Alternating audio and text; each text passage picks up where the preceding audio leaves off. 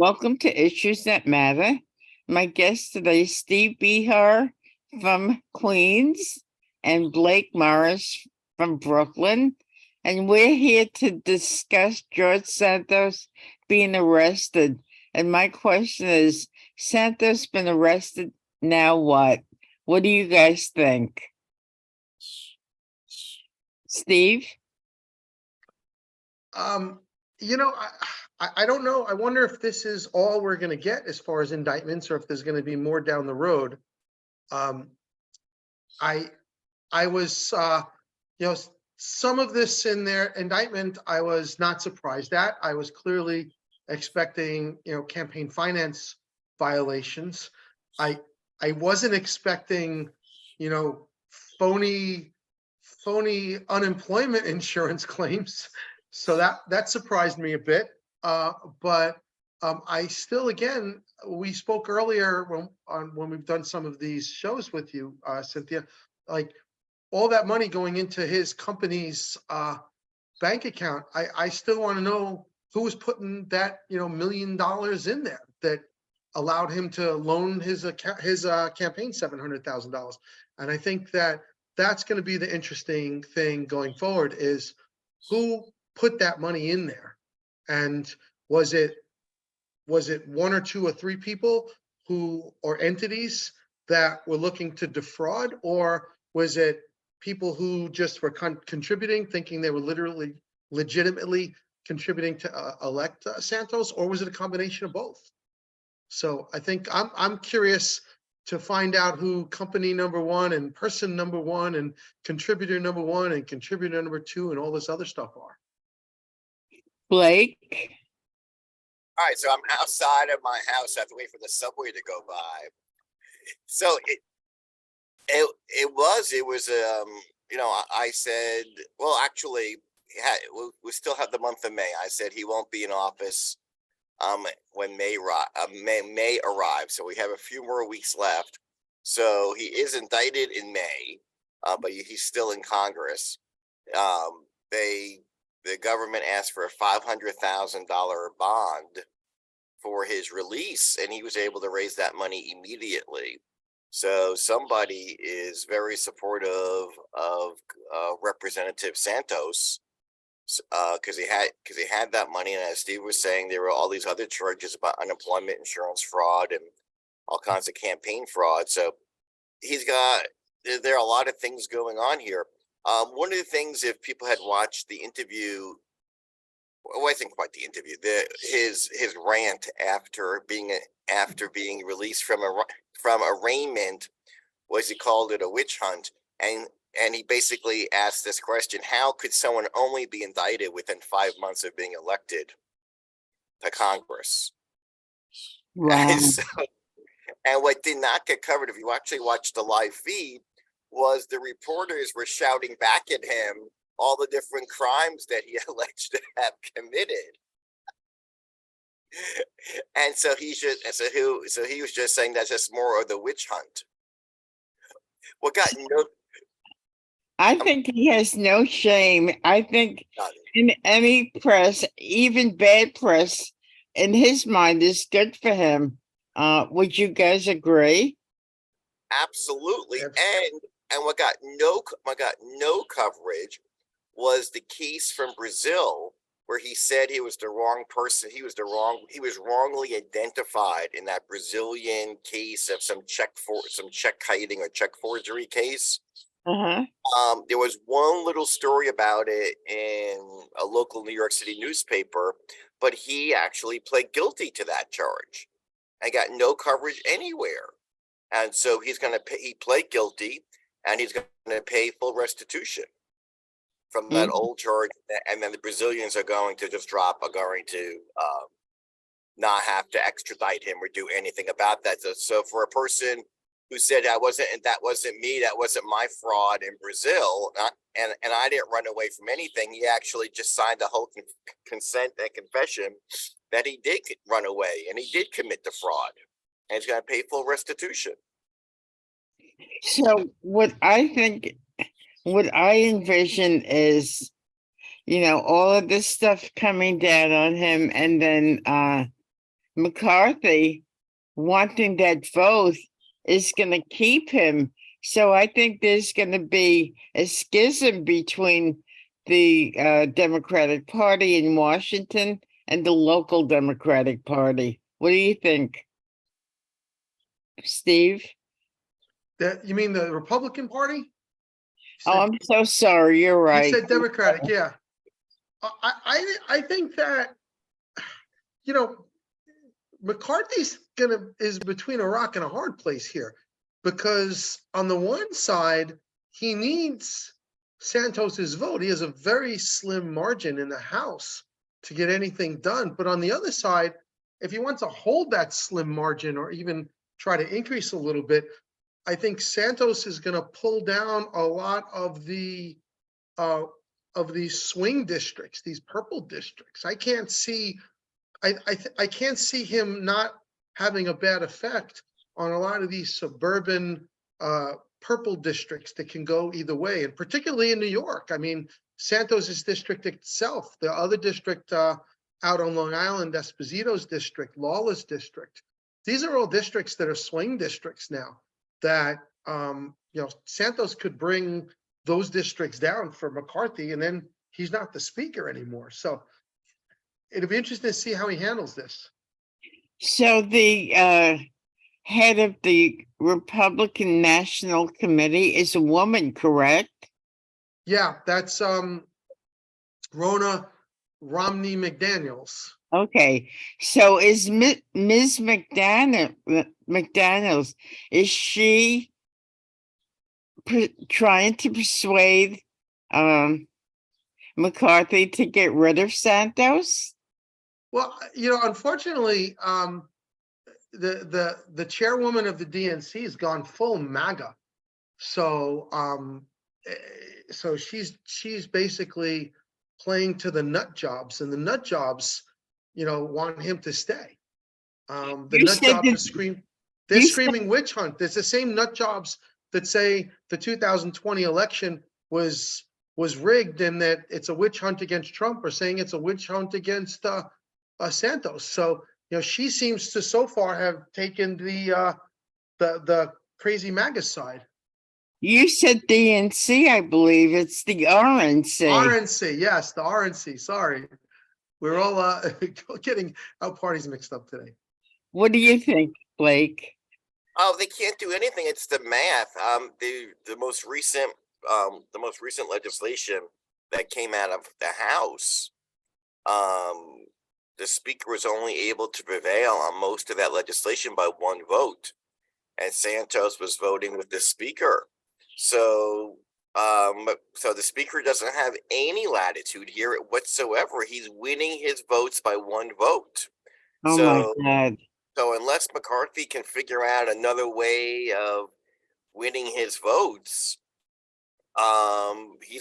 Santos has to stay in. He needs Santa. They're basically connected at the hip at this point. And the state committee meeting was in Albany on Friday, or I forgot, Friday or Saturday, and Jay Jacobs, the chair of the state committee. Democratic Committee. On the Democratic State Committee, and also is the county chair of Nassau County, where most of New York 3 is in, said that he's not responsible, and the state committee is not responsible for Santos. It's all these other entities that are loosely aligned Oh my with the God. party, and that you can't point the finger at him. And then he told the joke, because there's a whole, it's what the state party did or did not do for New York 3 and for the other congressional districts, and how he ran the governor's race, because Zeldin got so close to the governor in the general, is that he actually told a joke. He said, he said there's a hashtag that says, is it remove Jay Jacobs? I forgot exactly what the hashtag said. I think it's something like, it's not dump Jay Jacobs, but something like remove Jay Jacobs or something. Oh, replace. It's called replace Jay Jacobs. And so he says, oh, I just found out. This has been going on for quite some time, but he said, oh, I just found out there's a hashtag replace Jay Jacobs. When I found out, I didn't want my wife to find out. because I was afraid that, that would concern her, but she did find out. And during breakfast, she asked me about this hashtag replace Jay Jacobs. And she asked if it was true or not. And we have to wait for the train to go by.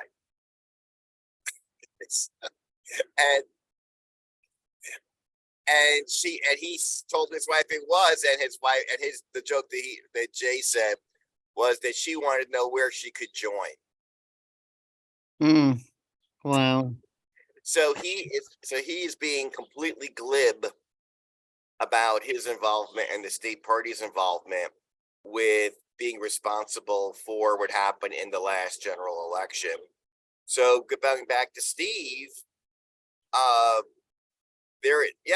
these swing districts are in, they are potentially in peril. But right now, the state party is not, they don't think it's their responsibility to really take any action. What do you think, Steve?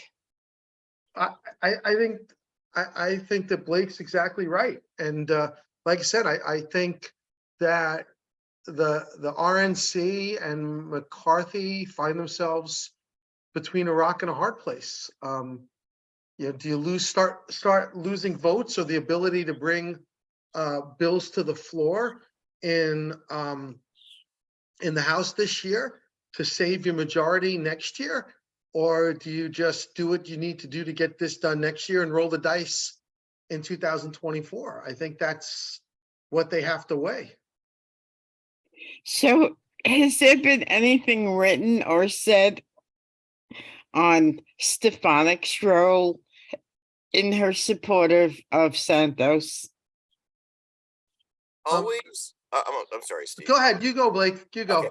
It's always as a footnote. It's never as a feature.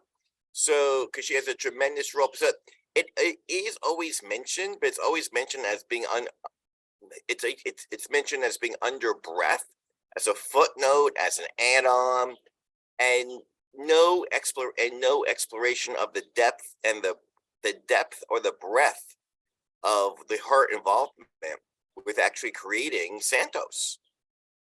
But what I will tell you is, for some reason, Stefanik always ends up on my Twitter feed, and every time she posts something, she gets flooded with replies about Santos and pictures of her with Santos. So the Twitterverse is not letting her forget. Wow. So what do you see coming down the pike, Steve? Well, I'm assuming that this is everything that Santos is going to get indicted on. I don't know if there's anything else down the road. There were some other things that I was wondering if he'd get indicted about, and but it's a 13 count indictment, which I thought there would be more. So I'm curious to see what's going to happen down the road. I'm sure that the feds are squeezing, whoever operated company number one in the indictment, and whoever contributor number one and number two is, and the consultant that is person number one. I'm sure they're getting squeezed. I'm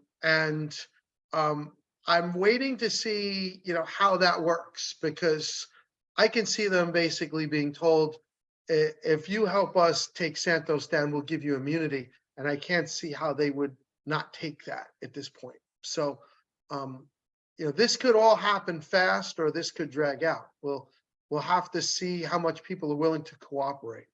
What do you think, Blake?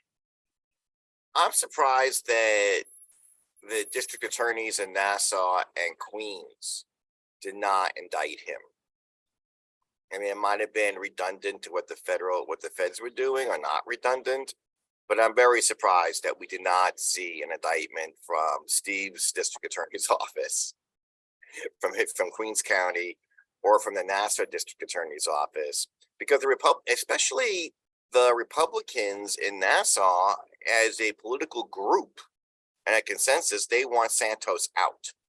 And I'm very surprised that district attorney's office did not at least go through the motions and charge him with anything yet.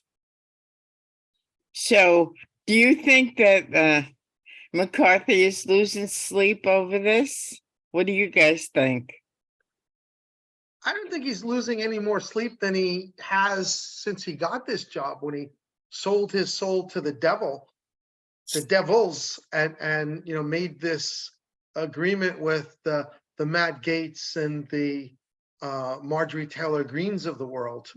I'm sure he, it's, live by the sword, die by the sword. I'm sure he lays in bed at night and wonders when they're going to start coming after him, because it's only a matter of time. And part of the deal for him to become speaker was actually to make it easier for them to come after him. Wow.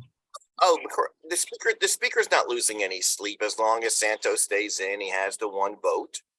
He doesn't have to worry about it. He only has to worry about when Santos gets convicted, but he'll be convicted if he fights it.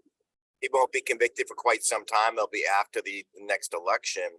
So the only thing that the speaker has to worry about now is basically cobbling together, as Steve was saying, his coalition of the modern Republicans, and if he can keep them together, because at some point they're going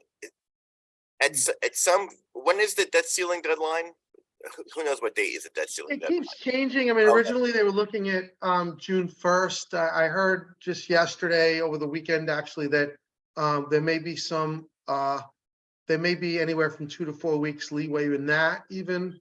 But I don't know. I don't know if they want to play this game of chicken. I mean, this is crazy. They're really putting the world, the US and the world economy at peril over this. But they're crazy. So it's kind of hard to know what's going to happen. And right, and they don't know. And they themselves don't know, because there's such a there's such an odd element in Congress, that they could not pass any debt ceiling resolution that the speaker and the president work out. So that's what's only concerning the speaker, because he knows basically, if this blows up in his face, if the debt ceiling blows up in his face, the Republicans are going to lose Congress in the next election. So he's got to vamp for time, look like he's doing something, but in the end, he has to cave. And the president is actually betting on that. The president's betting that the speaker is vamping for time and that he's going to cave. So it puts everyone in a very precarious situation, because everyone's waiting for the speaker to blink. So when do you think the next installment of this saga is going to happen? Steve? You mean the Santos or the debt Yeah. ceiling? Because we've got a couple of Santos. the Santos thing. I'm sure right now that the U.S. attorney are squeezing all those people we mentioned and a lot of others that are complicit here. So they had to do this indictment first to get it out there. Now they're squeezing these unnamed people and basically telling them, listen, are you gonna give Santos up? Or are you willing to go spend 2, 3, 5 years in prison for George Santos? I mean, that's literally what they're probably telling them. That's literally what they're sitting down across a table like I'm sitting at now and saying, we've got the goods on you. And if you don't turn on Santos, we're going to put you away. Blake? I'm waiting for the Nassau and Queens County District Attorney's Office to indict him. There's no reason he should not be being indicted on state charges as well. So that's what I'm waiting on. And make it a three-ring circus. Oh, and don't forget, we still have the Federal Election Commission conducting an investigation. Mm-hmm. So we have the U.S. Attorney, the FEC, and two separate district attorneys. So we can actually get three more Okay. investigations. So do you think this is going to be dragged out for a while? Blake? I don't. It has to be, because the prosecutors are really taking a long time, way longer than they should, and the speaker needs Santos as long as he can possibly hold on to him. So yeah, we're just in a standing pattern right now. So Steve, you know Santos' lawyer. I bet he might be losing some sleep, right? I mean, he's his lawyer. I mean, you know, sometimes you have a case that's not very good. So I'm not sure he's losing sleep, but at the end of the day, you know, everybody deserves an attorney, as does even, you know, a guy like George Santos. And I kind of wonder how you defend this. I think that's what is the interesting thing here, is how do you defend this guy? So, you know, we'll see what happens with that. I wouldn't want to have to defend this. I wouldn't want to have to figure out how to defend this guy, because I can't imagine. Okay, so that's a good word. Do you think what he's doing is indefensible, number one? And number two, do you think he's loving it, or is he worried? You know, Santos. I mean, if he was normal, he would be very worried. But I mean, I think this guy is a psychopath, and you know, I'm certainly, I'm not trying to give you a clinical description, but I mean, I think the guy's crazy, and I think he seems to just love the attention. So I'm not sure how he's dealing with this as far as sleep. I mean, I think a normal person would be up all night trying to get some sleep and not doing a good job of it. But I mean, he seems to love the attention. It's crazy. It really is. Mhm. So what do you think, Blake? I think he has substantial psychological. He's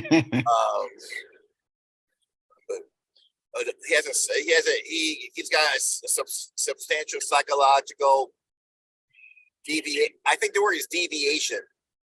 Uh-huh. Not so much deviate, but deviation.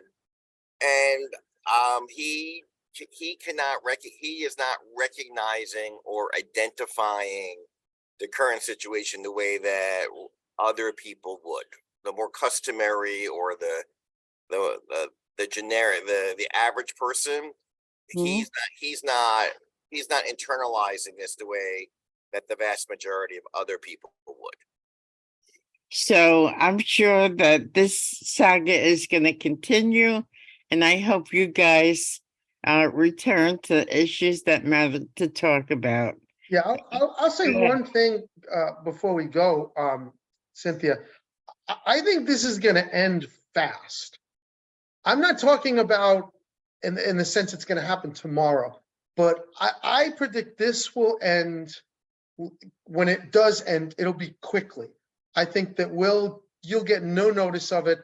I think that you'll find out that, you know, he's made a deal to plead and to resign and do time. And I think that's what's going to happen ultimately. I don't know when, but I think sooner or later they'll squeeze him and they'll say, listen, you go away for 3 years or you go away for 20. And I think he'll take that deal. And I concur. That's exactly what's going to happen. We don't know when it's going to happen, but when it goes down, It's gonna go down really, really fast. It's gonna end up, you'll get like a Friday news dump. It Mhm. won't be, yeah, it'll be like a Friday news dump, and by Monday, you'll never hear this man again. But you guys have been saying that for a while and he's still around, right? I've never said, I didn't, Blake It's- would definitely thought this was gonna happen faster than I did. So. So, we'll talk at the next installment of this saga. So you've been listening to Steve Be Here, I'm sorry, Be Here, and Blake Morris. I'm Cynthia Pooler. This is Issues That Matter. And if you like the show, please subscribe to my YouTube channel. Hey guys, thank you. Enjoy this beautiful day. And we'll talk soon. Thank you, everybody, for listening. Thank you. I think